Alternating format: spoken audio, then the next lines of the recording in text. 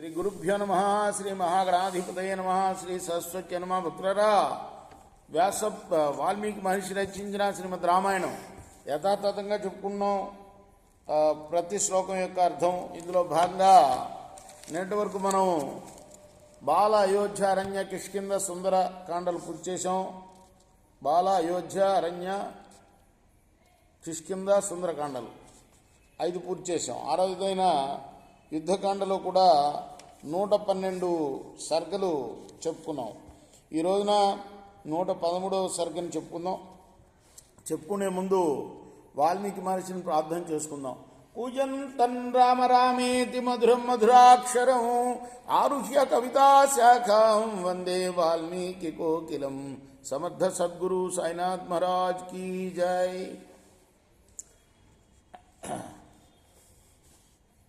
రాముడు రావణాసురుణ్ణి చంపిన విషయం రావణాసురుడి భార్యలందరూ విన్నారు. దుఃఖంతో కుంగిపోయి నేల మీద పడి దుమ్ములో దొర్లుతూ తల వెంట్రుకలు ముడులు ఊడిపోయి వెంట్రుకలు విరబోసుకొని దూడలు పోయిన ఆవుల మాదిరిగా ఏడుస్తూ ఎవరు ఎంత అడ్డగించినా వినకుండా అంతఃపురంలోంచి బయలుదేరారు. ఆ రాక్షసాంగనులు దుఃఖంతో బాధపడుతూ రాక్షస యోధులను వెంటబెట్టుకుని లంకాపట్టణ ఉత్తర ద్వారంలో నుంచి వెలుపలికి వచ్చి తమ పెనిమిటి కోసం మహాభయంకరమైన ఆ యుద్ధ భూమిలో వెతుకుతూ, ఓ రాజపుత్ర అని రాముణ్ణి, అయ్యో నాథ అని తమ పెనిమిటిని సంబోధించి కేకలు పెడుతూ నెత్తురుతో బురద అయిపోయిన ఆ యోధుల శవాలను చూస్తూ అన్ని వైపులా తిరిగారు. భర్తృ దుఃఖం ముంచుకొని పోయి కళ్ళ నిండా కన్నీళ్లు కమ్ముకొని ఆ రాక్షసాంగనులు పోతుటేనుగు చచ్చిపోతే ఆడ ఏనుగులాగా గీపెట్టి ఏడ్చారు. ఆ యుద్ధభూమిలో నల్లటి కాటుక రాశిలాగా నేల మీద దుమ్ములో పడి ఉన్న ఆ మహాపరాక్రమవంతుణ్ణి, ఆ మహాకాయుణ్ణి, ఆ తమ పెనిమిటి అయిన రావణాసురుణ్ణి ఆ రాక్షసాంగనులందరూ కూడా చూచారు. నరికి వేసిన వనలతలలాగా వారందరూ కూడా రావణాసురుడి దేహం మీద వాలిపోయారు. ప్రేమాతిశయంతో ఒకతే ఆ కడేబరాన్ని కౌగిలించుకుని ఏడ్చింది, ఇంకొక పాదాలు పట్టుకుని ఏడ్చింది, ఇంకొకటి కంఠం పట్టుకుని ఏడ్చింది, మరొకటి భుజాలు ఎత్తి పట్టుకుని ఏడుస్తూ నేల మీద పొరలాడింది. ఆ చచ్చిపోయిన పెనిమిటి ముఖం వంక చూస్తూ మరొకటి మూర్ఛపోయింది. ఆ పెనిమిటి తలను తన ఒళ్ళో పెట్టుకుని ఆ ముఖాన్ని చూస్తూ మరొకటి ఏడ్చింది. ఆ ముఖాన్ని తన కన్నీళ్లతో తడుపుతూ మరొకటి ఏడ్చింది. చచ్చి నేల మీద పడిన తమ పెనిమిటిని చూచి ఆ స్త్రీలందరూ కూడాను పెద్ద పెట్టున పరిపరి విధాలు శోకించారు. నాథా, దేవేంద్రుణ్ణి యముణ్ణి భయపెడుతూ ఉండేవాడివే, కుబేరుణ్ణి జయించి పుష్పక విమానం తెచ్చుకున్నవాడివే, మహాపరాక్రమవంతులైన సురలని గంధర్వులని గడగడలాడించిన వాడివే, అటువంటి నీవు రణరంగంలో ఇప్పుడు చచ్చిపడినావా? అసురుల వల్ల కానీ దేవతల వల్ల కానీ పన్నగుల వల్ల కానీ ఏ భయం ఎరగని నీవు మానవుడి చేతిలో ఇలా అయిపోయావా? ఇదేమిటి? ఇంత దురవస్థ నీకు ఎలా కలిగింది?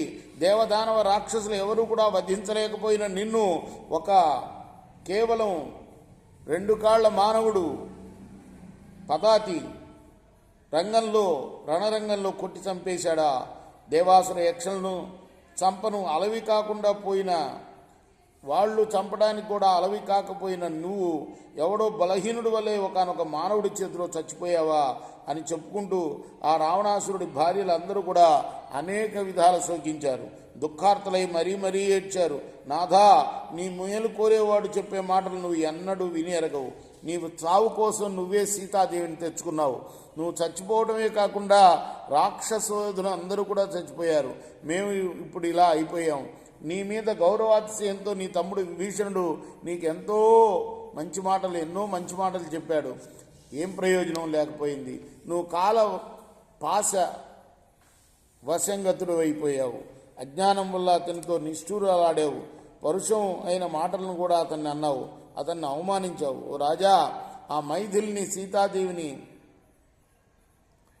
రాముడి దగ్గర కనుక నువ్వు పంపించి ఉన్నట్లయితే ఇలా మన జాతి సమూలంగా నాశనం అయిపోయి ఉండేది కాదు కదా. ఈ మహాఘోర దుఃఖం మాకు వచ్చేది కాదు కదా. నువ్వు అలా చేసి ఉన్నట్లయితే నీ తమ్ముడు విభీషణ మాటలు చెల్లించిన వాడు అయ్యేవాడివి. నీ వంశానికి రాముడు మిత్రుడయ్యేవాడు. మేము విధవలం అయ్యేవాళ్ళం కాదు. నీ శత్రువులైన దేవేంద్రాదుల కోరిక నెరవేరి ఉండేది కాదు. నాథా, నువ్వు బలవంతంగా సీతను కొని తెచ్చావు. నీ క్రూర స్వభావంతో నువ్వు ఆమెను చెరలో ఉంచావు. నువ్వు అందరూ రాక్షసులు, దానివల్లనే ఇలా పడిపోయారు. మా గతి ఇట్లా అయిపోయింది. ఇదంతా నీ స్వేచ్ఛాచరణం వల్లనే జరగలేదు. ఇది దైవికం కూడా. సమస్తము దైవం వల్లే జరిగింది. దైవమే నిన్ను చంపేసింది, మరొకటి కాదు. ఓ మహాబాహో, మహాసంగ్రామంలో వానరులు, రాక్షసులు నీవు దైవయోగం వల్లే నాశనం అయిపోయారు, కానీ మరొకరి వల్ల కాదు. కార్యోన్ముఖమైన దైవగతిని అడ్డగించడం అనేది ఎవరి చేతన అయ్యే పని కాదు. స్వేచ్ఛ వ్యాపారంతో కానీ పరాక్రమంతో కానీ దాన్ని నిరోధించడం అశక్యం. రాజాజ్ఞ పనిచేయదు, దైవగతిని ఏదీ తప్పించలేదు. అది జరిగి తీరవలసిందే అంటూ రావణాసురుడి భార్యలు ఏడుస్తూ కన్నీళ్లు కారుస్తూ దీనంగా అయిపోయారు. దుఃఖార్తులై క్రౌంచ పక్షుల్లాగా ఏడ్చారు. ఇది వాల్మీకి రామాయణంలోని యుద్ధకాండలోని 113వ సర్గ. రేపు 114వ సర్గ చెప్పుకుందాం. కృష్ణార్పణమస్తు. సాయి కృష్ణార్పణమస్తు.